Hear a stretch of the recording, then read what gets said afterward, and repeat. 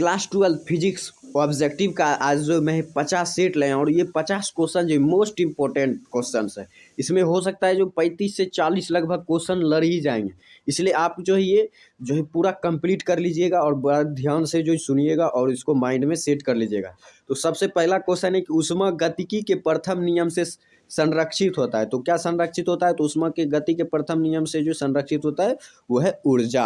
उसके बाद चलते हैं सेकेंड नंबर क्वेश्चन पर। सेकेंड नंबर क्वेश्चन कहा जा रहा है कि निम्नलिखित द्रवों में से कौन सा जो है बहुत अच्छा चालक है ऊष्मा का? तो बहुत अच्छा चालक जो है ऊष्मा का वो है पारा।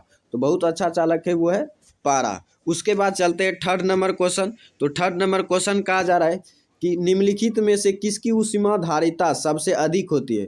तो वो है जल। जल की ऊष्माधारिता सबसे अधिक होती है। उसके बाद चलते हैं 4 नंबर क्वेश्चन पर। तो 4 नंबर क्वेश्चन कहा जा रहा है कि बर्नौली का प्रमेय आधारित है। तो बर्नौली का प्रमेय ऊर्जा संरक्षण के सिद्धांत पर आधारित है। उसके बाद चलते हैं 5वें नंबर क्वेश्चन पर। तो 5वें नंबर क्वेश्चन जो कहा जा रहा है वो है एंगस्ट्रम क्या मापता है? तो एंगस्ट्रम जो है तरंग दैर्घ्य मापता है। एंगस्ट्रम जो है तरंग दैर्घ्य को मापता है, या तरंग दैर्घ्य का इकाई है एंगस्ट्रम। उसके बाद चलते हैं कि चाबी भरी घड़ी में कौन सी ऊर्जा होती है? चाबी भरी घड़ी में जो स्थितिज ऊर्जा होती है। चाबी भरी घड़ी में स्थितिज ऊर्जा होती है। उसके बाद चलते हैं क्यूसेक से क्या मापा जाता है? तो क्यूसेक से जो जल की बहाव को मापा जाता है। क्यूसेक से जल की बहाव को मापा जाता है। ये सारे इंपॉर्टेंट क्वेश्चन है, इसको माइंड में सेट करते जाइए। उसके बाद है कि बल आघूर्ण ऊर्जा संवेग में जो है अदिश राशि कौन है? तो अदिश राशि जो है वो है अदिश राशि ऊर्जा, वो है ऊर्जा। उसके बाद 9वां नंबर क्वेश्चन है विद्युत मात्रा की इकाई है। तो विद्युत मात्रा की इकाई आसान क्वेश्चन है एम्पियर। उसके बाद चलते हैं 10th नंबर क्वेश्चन। तो 10th नंबर क्वेश्चन कहा जा रहा है कि मात्रकों की जो है अंतर्राष्ट्रीय पद्धति कब लागू की गई थी? मात्रकों की अंतर्राष्ट्रीय पद्धति कब लागू की गई थी? तो वह है 1971। तो 1971 में जो मात्रकों की अंतर्राष्ट्रीय पद्धति को लागू किया गया था। उसके बाद चलते हैं प्रकाश वर्ष इकाई को क्या मापता है या किसकी इकाई है? तो दूरी की इकाई है प्रकाश वर्ष। तो जब बहुत अधिक दूरी होती है तो उसे प्रकाश वर्ष के यूनिट में मापा जाता है। जैसे कि सूर्य से धरती की दूरी, इन सब को जो है बहुत अधिक दूरी को जो है प्रकाश वर्ष के यूनिट में मापा जाता है। उसके बाद चलते हैं 12 नंबर क्वेश्चन कि इनमें से कौन नवीकरणीय ऊर्जा है? तो नवीकरणीय ऊर्जा है सौर ऊर्जा। नवीकरणीय ऊर्जा वो है जो कभी खत्म नहीं हो सकती। तो सौर ऊर्जा जो है खत्म नहीं हो सकती, इसलिए जो ये नवीकरणीय ऊर्जा है। कोयला कुछ वर्षों के बाद जो है खत्म हो जाएगी, इसलिए ये और नवीकरणीय में चलाता है। गैस भी कुछ वर्षों बाद खत्म हो जाएगी, पेट्रोल भी कुछ वर्षों बाद खत्म हो जाएगी। ये सभी और नवीकरणीय ऊर्जा में आएंगे, तो ये आप ध्यान में रखिएगा। उसके बाद चलते हैं 13 नंबर क्वेश्चन। तो 13 नंबर क्वेश्चन कहा जा रहा है कि विद्युत चुंबक बनाने के लिए प्रायः किस पदार्थ के छड़ का उपयोग किया जाता है? तो विद्युत चुंबक बनाने के लिए जो नरम लोहे को उपयोग किया जाता है। तो नरम लोहा से जो है विद्युत चुंबक बनाया जाता है। उसके बाद चलते हैं 14 नंबर क्वेश्चन। 14 नंबर क्वेश्चन कहा जा रहा है कि व्यावसायिक मोटरों में किस प्रकार के चुंबक का उपयोग किया जाता है? तो व्यावसायिक मोटर जो कि गाड़ी सब में जो लगाया जाता है उसमें जो है विद्युत चुंबक का उपयोग किया जाता है। उसके बाद चलते हैं 15 नंबर क्वेश्चन। 15 नंबर क्वेश्चन कहा जा रहा है कि वास्तविक सूर्यास्त और आभासी सूर्यास्त के बीच लगभग कितने समय का अंतर होता है? तो वो अंतर होता है 2 मिनट का। तो वास्तविक सूर्यास्त और जो है आभासी सूर्यास्त के बीच 2 मिनट का अंतर होता है। उसके बाद है 16 नंबर क्वेश्चन। 16 नंबर क्वेश्चन कहा जा रहा है मानव नेत्र में जो बिंदु प्रकाश के लिए बिल्कुल सुग्राही नहीं रहता है उसे क्या कहते हैं? तो उसे अंध बिंदु कहते हैं। मानव नेत्र में जो बिंदु प्रकाश के लिए बिल्कुल सुग्राही नहीं रहता है वो है अंध बिंदु।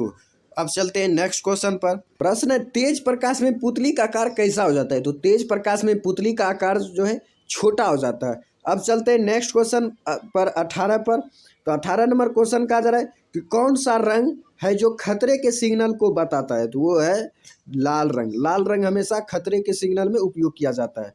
उसके बाद चलते हैं 19 नंबर क्वेश्चन कि सामान्य मानव नेत्र का दूरबिंदु होता है। तो सामान्य मानव नेत्र का दूरबिंदु अनंत पर होता है। वहीं पर दूरबिंदु के जगह पर अगर निकट बिंदु पूछा जाएगा तो वो हो जाएगा 25 सेंटीमीटर। तो दोनों याद रख लीजिए, आपको आसानी होगी। कौन सा ऑब्जेक्टिव पूछा जाएगा आप आसानी से बना सकते हो। उसके बाद चलते हैं विद्युत बल्ब का फिलामेंट होता है, 20 नंबर क्वेश्चन है। और ये जो विद्युत बल्ब का फिलामेंट होता है वो टंगस्टन का बना हुआ होता है। 21 नंबर क्वेश्चन है, नेत्र लेंस में समायोजन की क्रिया होती है, तो वह सिलियरी मांसपेशियों द्वारा होती है। उसके बाद चलते हैं 22 नंबर क्वेश्चन। तो 22 नंबर क्वेश्चन कहा जा रहा है कि टॉर्च में किस प्रकार के प्रकाश पुंज की प्राप्ति होती है, तो टॉर्च से जो है संश्रित प्रकाश पुंज की प्राप्ति होती है। उसके बाद चलते हैं 23 नंबर क्वेश्चन कि सोलर कुकर में प्रयोग किया जाता है, तो सोलर कुकर में जो अवतल दर्पण का प्रयोग किया जाता है। उसके बाद चलते हैं 24 नंबर क्वेश्चन कि उत्तल लेंस की क्षमता होती है, तो उत्तल लेंस की क्षमता जो है वो हमेशा धनात्मक होती है। उसी जगह अगर अवतल लेंस पूछा जाएगा तो इसका उल्टा हो जाएगा, ऋणात्मक होती है। तो 25 नंबर क्वेश्चन है, यदि दर्पण में बना प्रतिबिंब हमेशा सीधा आकार में वस्तु के बराबर हो तो दर्पण है। तो हम सब भली भांति जानते हैं समतल दर्पण ही एक ऐसा दर्पण है जिसमें कि प्रतिबिंब और वस्तु का आकार जो वो बराबर होता है, तो इसलिए हो जाएगा समतल दर्पण। उसके बाद है 26 नंबर क्वेश्चन कि प्रकाश के परावर्तन के नियमानुसार क्या होगा, तो प्रकाश के परावर्तन के नियमानुसार आपतन कोण और परावर्तन कोण दोनों बराबर होते हैं आपस में। उसके बाद चलते हैं 27 नंबर क्वेश्चन। 27 नंबर क्वेश्चन कहा जा रहा है कि वास्तविक वस्तु का आभासी प्रतिबिंब बनता है, तो वह है समतल दर्पण में। समतल दर्पण में जो वास्तविक वस्तु का आभासी प्रतिबिंब बनता है।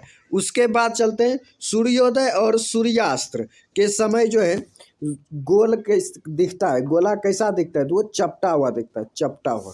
उसके बाद चलते हैं 29 नंबर क्वेश्चन है, रोगियों के नाक कान गले आदि की जांच के लिए डॉक्टर प्रयोग करता है, तो डॉक्टर जो है नाक कान गले की जांच के लिए जो है अवतल दर्पण का प्रयोग करता है। उसके बाद चलते हैं 30 नंबर क्वेश्चन।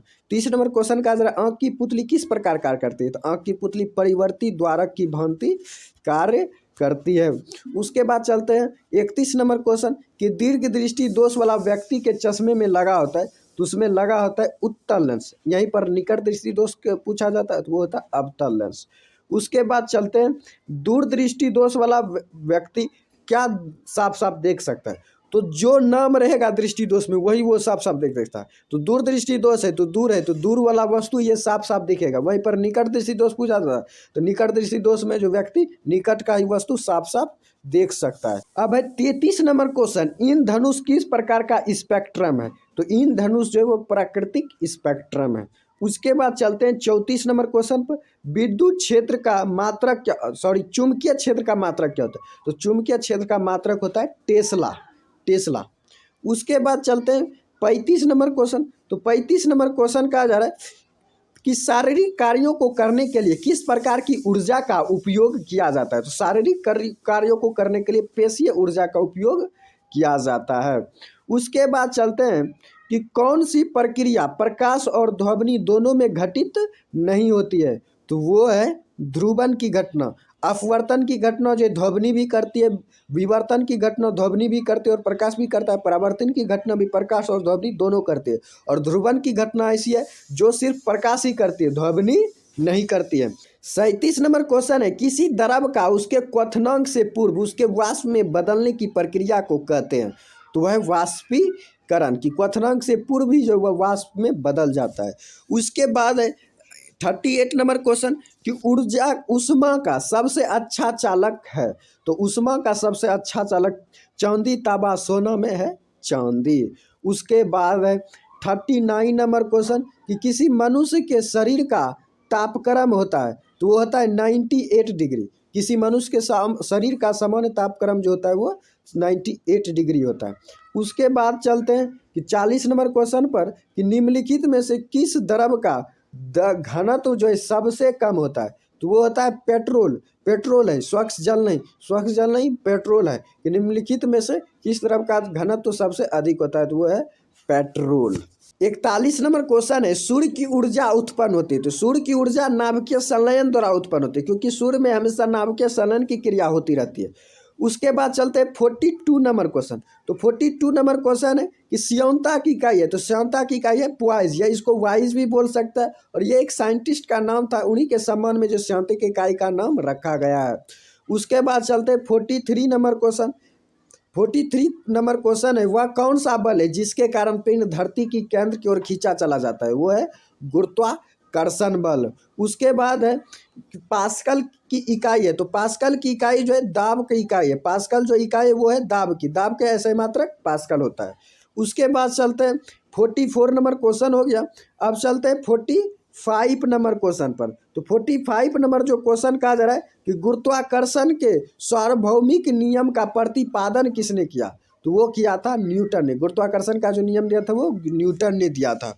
उसके बाद है 46 नंबर क्वेश्चन। तो 46 नंबर क्वेश्चन कहा जा रहा है कि निम्नलिखित में से कौन सा वेक्टर मात्रक है या वेक्टर है। वेक्टर अर्थात सदिश, तो जिसमें कि परिमाण और दिशा दोनों होते हैं। तो बल ही एक ऐसा है जो कि जिसमें बल और दिशा होता है। इन चारों में से ऊर्जा, तापमान, बल और चाल में से बल ही एक ऐसा है जिसमें कि बल भी, परिमाण भी होता है और दिशा भी होती है, इसलिए बल हो जाएगा सदिश में, और ऊर्जा, तापमान, चाल ये सब अदिश है। उसके बाद चलते हैं 47 नंबर क्वेश्चन। तो 47 नंबर क्वेश्चन जो कहा जा रहा है वो है कि ऊर्जा, खाद्य ऊर्जा को हम किस इकाई में मापते हैं। खाद्य ऊर्जा को हम कैलोरी में मापते हैं, कैलोरी में। उसके बाद चलते हैं 48 नंबर क्वेश्चन। 48 नंबर क्वेश्चन है कि डेनमार्क को कहा जाता है, वो है डेनमार्क को कहा जाता है, डेनमार्क को जो है पवनों का देश कहा जाता है, डेनमार्क को पवनों का देश कहा जाता है। 49 नंबर क्वेश्चन है मानव नेत्र के वो दो महत्वपूर्ण भाग जिनमें चुंबकीय क्षेत्र का उत्पन्न होना अनिवार्य है। तो हृदय और मस्तिष्क में जो चुंबकीय क्षेत्र का उत्पन्न होना बहुत ही जरूरी है हमारे शरीर के, तभी कोई भी इंसान जो है समान रूप से कोई कार्य कर सकता है। उसके बाद चलते हैं 50 नंबर क्वेश्चन पर। तो 50 नंबर जो क्वेश्चन है वो है किसी वस्तु का प्रतिबिंब आँख के जिस भाग पर बनता है वह क्या है, तो वह है रेटिना। रेटिना पर ही जो किसी वस्तु का प्रतिबिंब बनता है मानव नेत्र में, तो इसलिए हो जाएगा रेटिना। तो ये कुल 50 प्रश्न है आपके, जो कि बहुत ही इंपॉर्टेंट क्वेश्चन का ये जो सेट है, इसमें अगर आप इसको पूरा याद कर लेते हैं तो 35 से 40 तो लर्न तय है। तो याद कर लीजिए और माइंड में सेट कर लीजिए। जो वीडियो अच्छा लगा हो, आपके लिए इन्फॉर्मेटिव रहा हो, तो चैनल को सब्सक्राइब जरूर कीजिए, एक लाइक जरूर ठोकिए और कमेंट में अपनी बात जरूर लिखिए, और कोई क्वेश्चन कन्फ्यूजन है तो वो भी जरूर लिखिए।